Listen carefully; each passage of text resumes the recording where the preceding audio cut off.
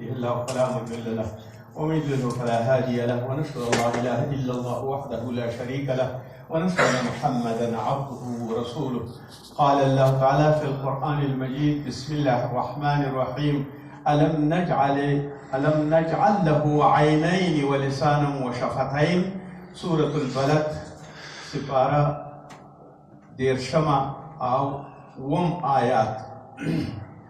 وقال النبي صلى الله عليه وسلم عن أبي هريرة رضي الله عنه وعن رسول الله صلى الله عليه وسلم قال: من كان يؤمن بالله واليوم الآخر فليقل خيرا أو لا يصمت، ومن كان يؤمن بالله واليوم الآخر فليكرم جاره، ومن كان يؤمن بالله واليوم الآخر فليكرم ضيفه.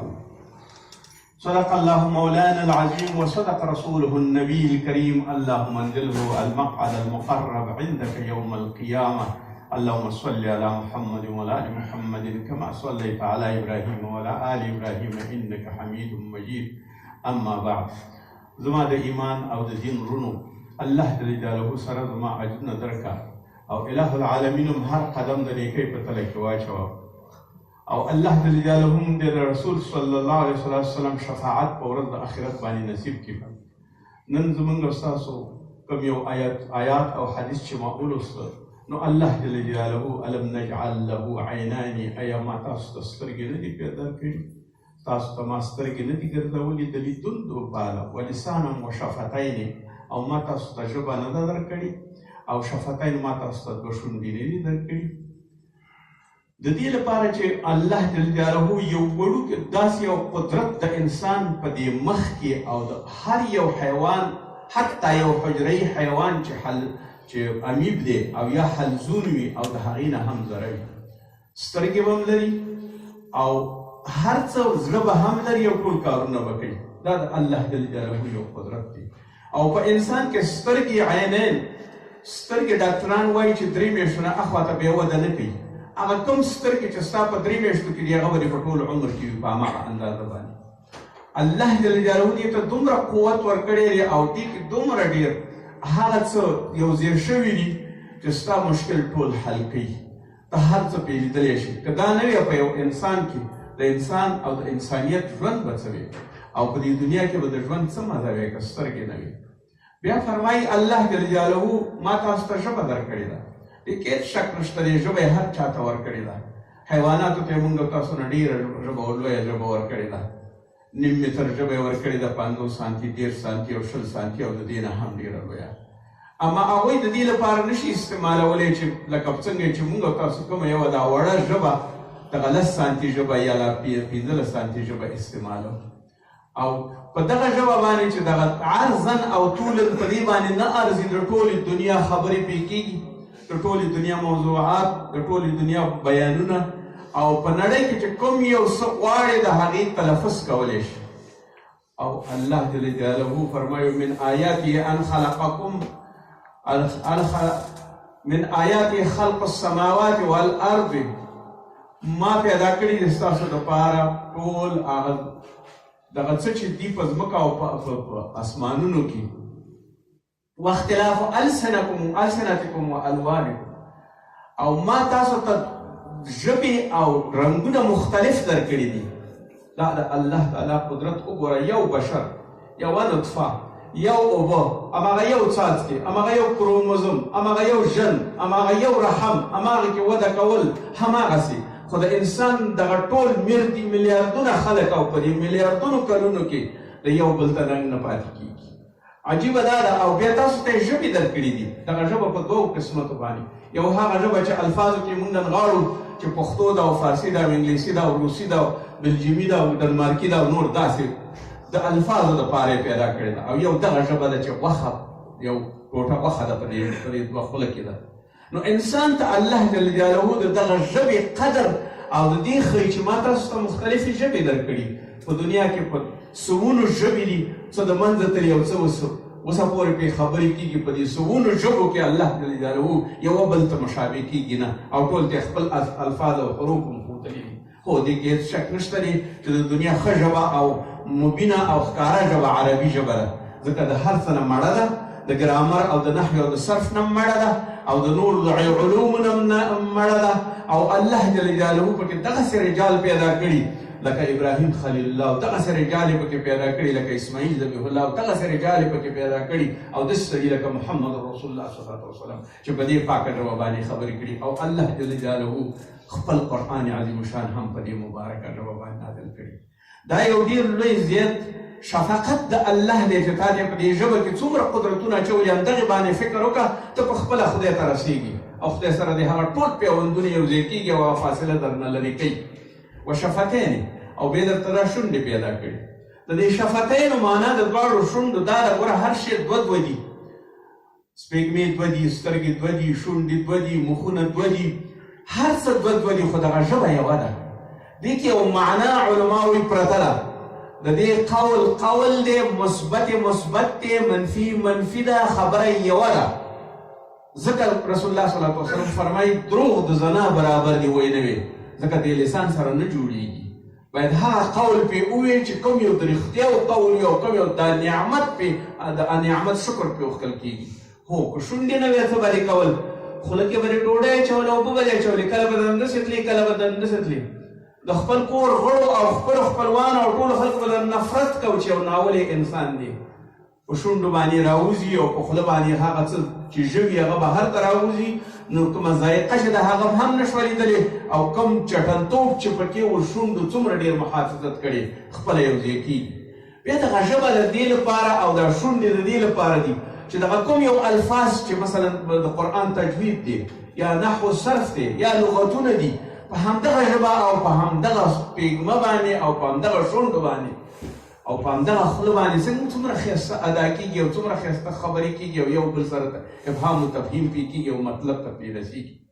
دا د قرآن عظیم شان آیتونه دي.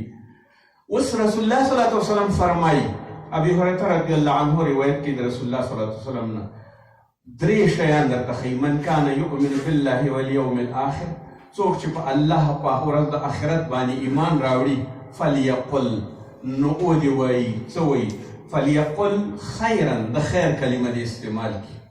که چاته څه وایي نو د خیر کلمه دې، او لیصمت او یا دې چوپ شي. دا یوه خبره ده د رسول الله صلی الله علیه وسلم. ومن کان یؤمن بالله والیوم الاخر، او دویم ځل بیا وایي چې څوک ایمان راوړي دی چا په الله باندې او په ورځ د آخرت باندې، فلیکرم جاره، د خپل همسایه او ګاونډي د هغې احترام او عزت دې کوي. او دا دویمه خبره ده. ومن کان یؤمن بالله والیوم الاخر، او هغه څوک چې په الله باندې ایمان راوړي او په ورځ د آخرت باندې ایمان راوړی دی، هغه دې څه وکړي، فلیکرم ضیفه، د میلمه احترام دې کوي.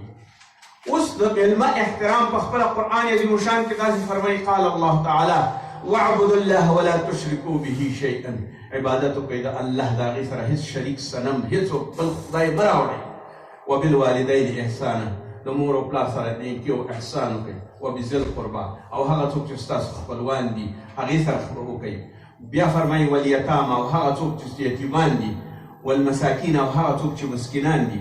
والجار ذي القربى، او هغه څوک چې ستا په خوا کې دي او خپلوان دي، همسایګان دي او ګاونډیان دي. والجار الجنوب، او کوم چې ستا د اړخ خلک دي، ستا همصنفین دي، ستا سره ملګري دي، هغه والصاحب بالجنب، او هغه څوک چې تا سره په موټر کې کښېني، تا سره په طیاره کې کښېني، تا سره په کلاس کې کښېني، تا سره په نورو محفلونو کې کښېني. صاحب وابن السبیل، او د مسافرو باندې نیکي وکړه.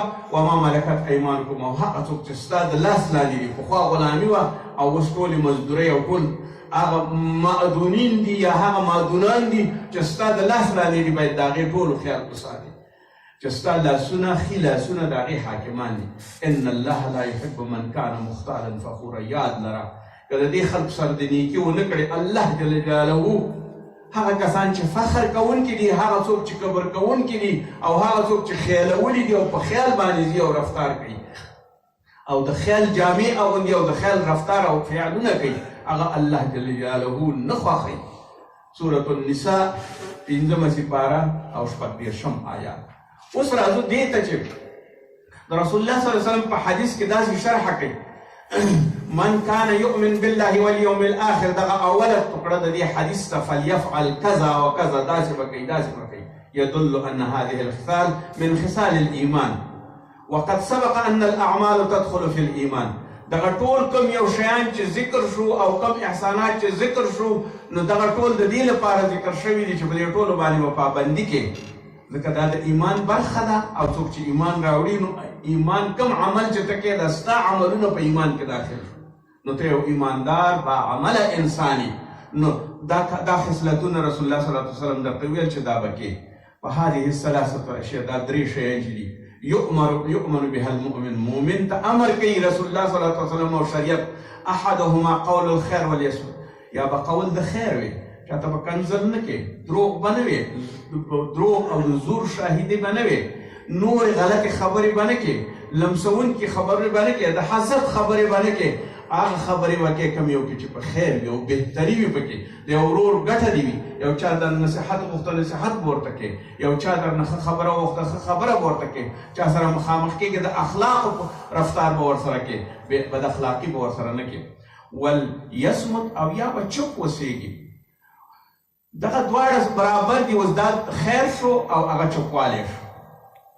او رسول الله صلی الله علیه وسلم او علما داسې فرمایي وی هغه ژبه چې مستقیمه شي او د ایمان خصالو باندې برابر شي نو هغه څنګه ده؟ انس رضی الله عنه فرمایي، نبی صلی الله علیه وسلم نه روایت کوي، لا یستقیم ایمان عبد، نه برابریږي او استقامت نه لري او ځای په ځای کېږي نه، قایم کېږي نه ایمان د هغه بنده حتی یستقیم قلبه، تر څو چې زړه برابر شي.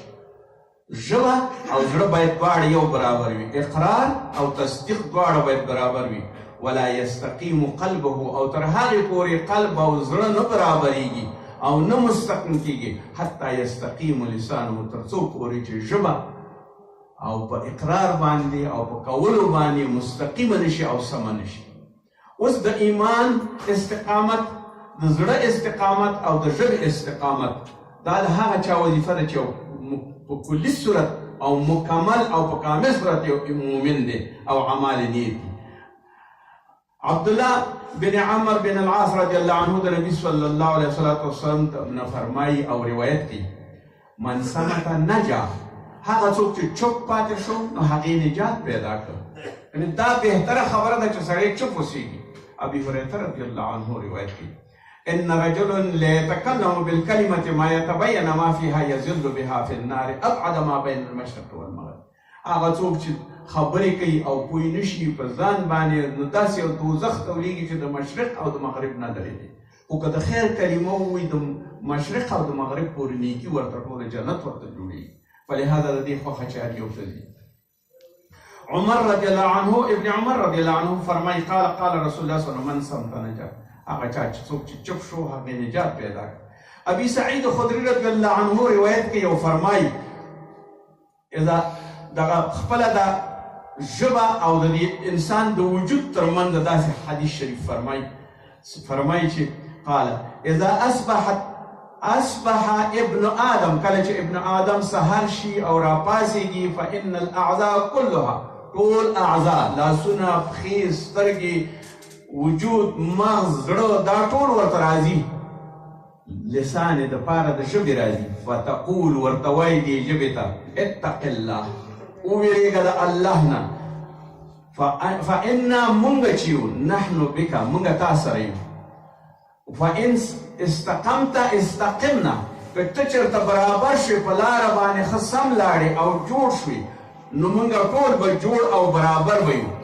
وإن عوجت اعوجنا، او که چېرته ته برابر نه شوې او غلط شوې او په کږه لاره باندې لاړې نو ټول به مونږ غلطېږو. رواه الترمذي و مشکات.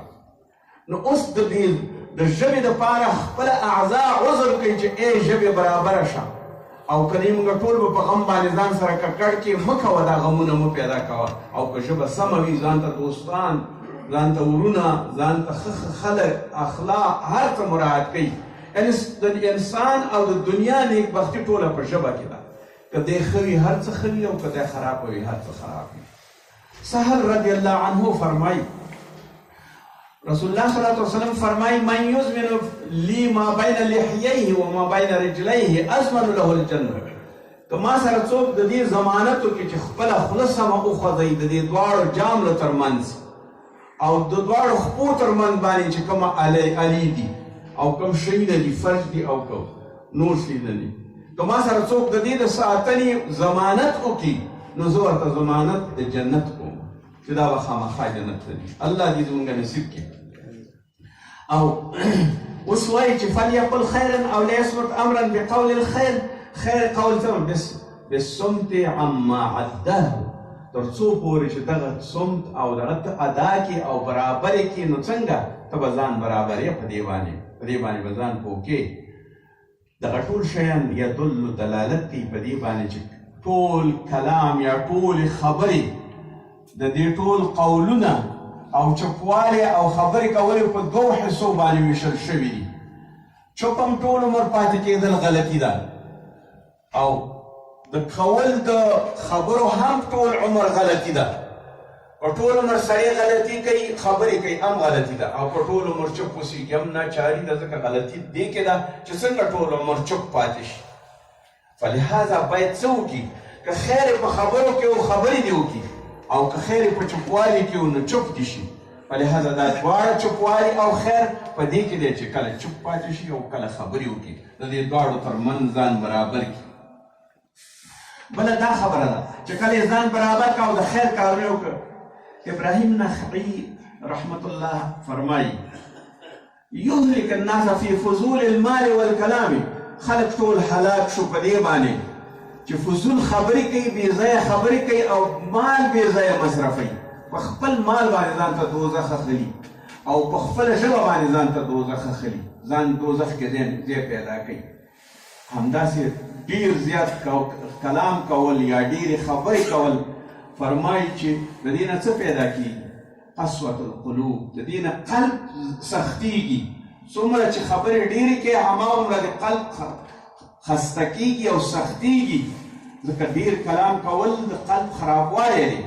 عمر رضی الله عنه فرمایي من کثر کلامه کثر سقطه. څومره چې سړی ډېرې خبرې کوي هغومره ډېر غورځېږي او ډېر زیات پریوځي او سهوې کوي. ومن کثر سقطه، هغه څوک چې ډېر پرېوته، کثرت ذنوبه، هماغومره یې ګناهونه اضافه کېږي. ومن کثرت ذنوبه، د هغه چا چې زیاتې شوې ګناهونه یې زیات شو، بیا هغه څنګه کوي؟ کانت نارو اولا به، اور د ده دپاره ډېر زیات بهتر دی او لازم دی.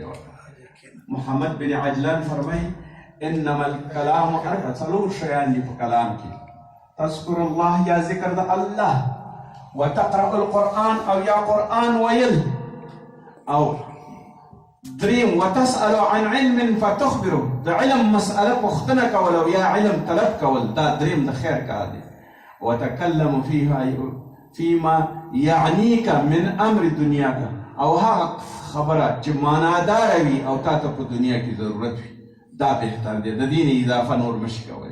ابوبکر صدیق رضی الله عنه فرمایي یأخذ بلسانه، خپله ژبه یې کلکه ونیوله او عمر رضی الله عنه ورته وایي چې څه کې؟ وایي همدغه ژبه ده چې مونږ په دوزخ کې اچوي او مونږ په زندان کې اچوي او مونږ ته بدبختي راولي. ځکه مې دا ژبه نیولې ده چې دا نه وي نو دې د دنیا ټول شیان مونږ ته دا برابروي. ځکه ابن مسعود رضی الله عنه فرمایي چې والله الذي لا اله الا هو ما على الارض احق بطول الصدق من اللسان. فرمایي چې په هغه خدای مې د قسم وي چې د ژبې نه لوی دوزخ په دنیا کې بل نشته دی. او مقصود د دې نه دا دی چې امر بالکلام بالخیر والسکوت عما لیس به، او بهتره دا ده چې هغه عمل دی وکړي چې کوم یو کې خیر وي او حقیقي سکوت دی بهتر دی. او برابروالی د صمت او د دې دا د عقیدې یوه ډېره لویه خبره ده، او باید سړی په عقیده کې برابر وي. ځینې ځایونو کې چپ دی، ځینې ځایونو کې خبرې کوي. ځکه خو که عقیده داسې حکم کوي چې ځینې ځایونو کې به چپ وي او ځینې ځایونو کې به ته غږېږي، لکه مانځه کې به خپل قرأت وي، په حج کې به لبیک وي، منډې ترړې به کې، همداسې به په کله کله چې اعتکاف کې نو هم ذکرونه به کې، او کله چې روژه کې نو الله ته به دعاګانې کې او نفلونه به کې او قرآن عظیم شان به وي. چپ به بلکل نه پاتې کېږي. دویمه خبره په حدیث کې دا وه یکرم جار، اکرام د جار یا د امسایه کولو چې څوک عن اذاء الجار یا ضرر رسول جار او یا هغه چاته چې هغه ستا ګاونډي او همسایه دی. مونږ ته ډېر مهم نه ښکاره کېږي ځکه عادي شی دی چې جار څه رقم وي. فرمایي الله رسول صلی الله علیه وسلم جار فحرم فإن الأذى بغير حق محرم لكل أحد ولكن حق الجار هو أشد تحریما. ټول شیان حرام دي په تاسو باندې، خو په دې پوه شه چې هغه ضرر چې تی همسایه او ګاونډي ته رسې هغه د ټولو نه اشد او ډېر زیات خراب دی. اوس د دې ګاونډي او د دې ټول دغه رسول صلی الله علیه وسلم مقداد رضی الله عنه روایت کوي، هغه وایي ما تقول فی الزنا، رسول الله صلی الله علیه وسلم په زنا کې وایي حرام حرم، ورته ویل چې زنا څه ده؟ نو اوس رسول الله صلی الله علیه وسلم ورته فرمایي ما تقول فی الزنا قالوا حرام حرم الله ورسوله، زنا حرام ده، حرام کړی ده الله او د هغه رسول، وهو حرام الى يوم القيامه، او زنا حرام ده اوس او تر قیامت پورې حرام ده. فقال رسول الله صلی الله علیه وسلم، رسول الله صلی الله علیه وسلم فرمایي لا يزني رجل بعشرة نسوة ايسر عليه، وی هغه څوک چې لس ښځو سره زنا وکړي هغه اسانه ده ان یزني بامرأة جاره، چې یو د خپل همسایه د ښځې سره زنا وکړي. د لس ښځو د زنا ورته اسانه ده نظر دې ته چې یوه د خپله همسایه ښځې سره زنا وکړي. الله تعالی دې موږ تاسو ته وساتي. او فرمایي رسول الله صلی الله علیه وسلم فيما تقولون في السرقة، چې څه وایي په سرقه او په غلا کې، فرمایي حرمه الله ورسوله فهي حرام. قال وی حرام کړی ده الله جل جلاله غلا او سرقت تر قیامته پورې، مګر دا چې لأن يسرق الرجل من 10 أبيات، وی که چېرته یو سړی لس کورونو کې غلاګانې وکړي ایسر دا اسانه او ښه خبره ده د دې نه علیه من ان یسرق من جاره، چې د خپل جار او د همسایه نه غلا کوي، هغه واده ته لاړ شي، هغه غم ته لاړ شي، ښادۍ ته لاړ شي او ته یې کور لوټ کړي، دا د لسو کورونو عذاب لري او جزا لري. شریح رحمت الله علیه فرمایي والله لا یؤمن والله لا یؤمن والله لا یؤمن. روایت کوي د رسول الله صلی الله علیه وسلم نه چې ایمان نه راوړي، ایمان نه راوړي، ایمان نه راوړي. ومن یا رسول الله صلی الله علیه وسلم، رسول الله نه پوښتنه وشوه چې دا څوک دی چې ایمان راوړي؟ من لا یأمن جاره بوائقه، هغه چا نه چې خپل همسایه ضرر نه په امان نه وي هغه یې هېڅ وخت ایمان نه دی راوړي. او اکرام د جار او د احسان الیه مأمور به، په دې باندې موږ او تاسو ماموران شوي او باید دا کار وکړو چې خپل هغه همسایه سره باید نیکي وکړو په احسان سره. همسایګان درې قسماتو باندې تقسیمېږي. یو هغه همسایه دی چې ستا کافر او یهودي دی، او د یهودي ایمان سره کېږي. رسول الله صلی الله علیه وسلم فرمایي عمر بن العاص ورنه سوال کوي ذبح شاة فقال هل اهدیتم منها لجار اليهودي، ایا زه دا ورکړم خپل ما یو ګډ حلال کړی دی او د دې ذبح کړی مې دی، زه دا خپل یهودي ګاونډي ته ورکړم؟ درې ځلې یې پوښتنه وکړه. رسول الله صلی الله علیه وسلم سمعت النبي صلی الله علیه وسلم، ما مې اورېده رسول الله صلی الله علیه وسلم یقول ما زال جبريل یوصني بالجار حتى ظننت انه سيورثه. رسول الله صلی الله علیه وسلم وایي چې ما ته جبرائیل دومره زیات وایي د همسایه د حقوقو په برخه کې چې زه په دې باندې ویرېږم چې راسره په میراث کې شریک نشي، نو فلهذا یهودي ته به هم ورکړي، که همسایه د کافرو هم احسان به ورسره کوي. دویم هغه همسایه او ګاونډي دی چې هم مسلمان وي او هم ستا ګاونډي وي، دوه شو. او دریم وایي چې هغه څوک دی چې هم ذوی القربا وي، ستا خپلوان وي، او هم مسلمان وي او هم د همسایه وي، درې حقه در باندې لري. فلهذا د همدې نه ټولنه جوړېږي. یو سړی راغی او رسول الله صلی الله علیه وسلم ته شکایت وکړ د خپل همسایه نه. نبي صلی الله علیه وسلم ورته وفرمایل، خپلو اصحابو ته یې ویل چې اواز وکړئ ټولو خلکو ته، اواز یې وړي ټول خلک په دې باندې، ټول خلک تر هغې پورې چې 40 کورونه دي هغه ټول به د جار او د همسایې ورسره به حوصله کوي او صبر به کوي ورسره. زهري فرمایي 40 هكذا، 40 دسي، 40 کورونه دسي، 40 کورونه دسي، 40 کورونه شرقا غربا شمالا جنوبا، 40 څلور کورونو سره به دا نیکي کوي، نو بیا همسایه پاللی شي. او هغه وخت چې همسایه ته د کوم شي ضرر وایي دا کار به نه کوي، صبر به کوي، ځینې علما دا وایي چې مخکې د دې نه چې ته ورته ضرر رسې او کوم کار شروع کړې احتمال د ضرر ورنه هم لرې کړه د هغې نه به لرې ګرځي ځکه تا باندې هغه ډېر زیات حق لري او باید وشي. درېیم راځو دې ته چې و اکرام الضیف د میلمه پالنه. ابراهیم خلیل الله بې میلمه ډوډۍ نه ده خوړلې او رسول الله صلی الله علیه وسلم به چې میلمه شو نه ډېر زیات به یې ورته کوشش کوه هر څه به یې ورته کول. ټولو پیغمبرانو د میلمه پالنه کړې ده. من کان یؤمن بالله والیوم الاخر فلیکرم ضیفه. خپل یو میلمه به عزت به کوي. اوس فرمایي په حدیثو کې شو 3 قسمه میلمه دي. یوم ولیلة جائزة، دا جایزه ده او ډېر زیات اجر لري. او د هغې نه چې تېر شو تر 3 ورځو پورې ضیافت دی او تر بیا چې د 3 ورځو نه تېر شو بیا هغه صدقه ده ورته یې ورکړه. هو که میلمه داسې وایي رسول الله صلی الله علیه وسلم فرمایي چې میلمه دې کوربه دومره په عذاب نه کړي چې د هغې د عزت دپاره هغه په تکلیف کېږي، یعنې کور کې څه نه لري او دا ورته خامخا ترې ډوډۍ غواړي او میلمستیا ترې غواړي. نو فلهذا د دې نه باید تېر شي، هېڅ وخت دا کار ونه کړي. اوس د مور او پلار سره احسان کول. هغه څوک چې ستا په خوا کې دي د هغه همسایه دی، هغه څوک چې یتیم دی او مسکین دی، او هغه څوک چې ستا په خواګانو کې دي، هغه څوک ستا صنفي دی، هغه څوک تا سره په حج کې ملګری دی، هغه څوک ابن سبیل مسافر دی او دغه ټول دي. کبر ورسره مه کوه. په ډېر عاجز یو سړی غواړي چې ایمان اعمال وي، وزیر نشي کولی چې په یو خپل همسایه غریب باندې چې هغه یو کسب و کار کوي او خپله مزدوري کوي په هغې باندې کبر او غرور وکړي. یو امیر نشي کولی چې په خپل همسایه باندې کبر وکړي. یو انسان چې ورته راځي او د خپل احتیاج دپاره په دروازه کې ورته ولاړي، علي رضی الله عنه والي ته وایي چې ګوره چې ته لاړې ولایت ته او ګورنر شوې او هلته حجابونه به منځ کې نه جوړې، چې څوک درته راځي هغې ته به لبیک وي او د هغې خبره به اوري. د دې خبرې نه بهتره خبره دا ده چې هر سړی باید خپل ایمان وپېژني.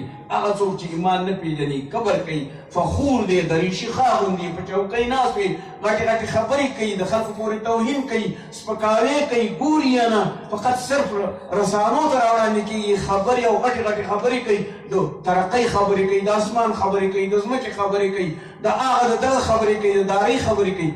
دا نه دی زموږ او ستاسو نه، ځکه دا فخور دی، دا کبرجن دی، دا الله جل جلاله نه خوښوي، دا په خیال کې دی.